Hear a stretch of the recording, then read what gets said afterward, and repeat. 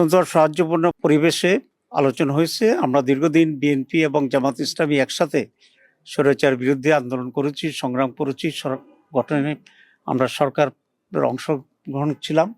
এখন দুটি দল আলাদাভাবে নির্বাচন করেছি, কিন্তু আমাদের ভিতরে আমরা আশা করি আগামী সময়গুলোকে আমরা রাষ্ট্র পরিচালনায় সরকার এবং বিরোধী দল সমন্বিতভাবেই আমরা দেশের জন্য কল্যাণমূলক কাজ করতে পারব।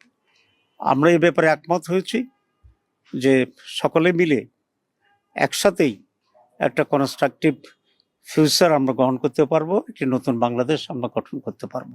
পাঞ্জাবের জগতে একটি বিশ্বস্ত নাম শাবাব এথনিক ওয়্যার। নিজেদের ভিতরে মৌলিক কোনো ঝামেলা হলে আলোচনা ভিত্তিতে যাতে একটা পজিটিভ একটা সমাধান আসতে পারে সেই সব বিষয়ে আমরা আলোচনা করেছি। আমাদের আমির জামাত বলেছেন যে কয়েকটি প্রায়োরিটি বিষয়ে এখানে আমাদের আলোচনা হয়েছে। প্রথম কথা হচ্ছে ল অ্যান্ড অর্ডার সিচুয়েশন, মানুষের সিকিউরিটি ইস্যুটা হচ্ছে সবচেয়ে বেশি। এই বিষয়ে যেন সরকার অত্যন্ত গুরুত্ব দিয়ে কাজ করে।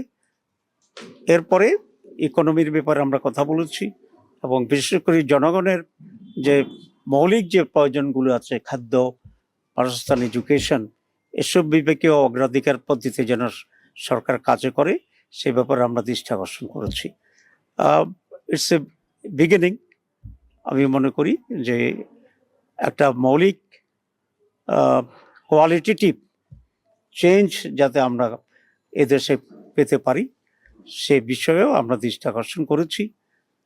পজিটিভ যে কোনো বিষয় আছে আমরা বলেছি আমরা কোঅপারেট করব এবং জনগণের স্বার্থের বিরুদ্ধে এবং জনগণের কোনো কল্যাণের বিপরীতে যদি সেরকম কোনো ভূমিকা থাকে আমরা অবশ্যই সে ব্যাপারে আমরা প্রতিবাদ এবং ভূমিকা নেওয়ার জন্য আমরা প্রস্তুত আছি।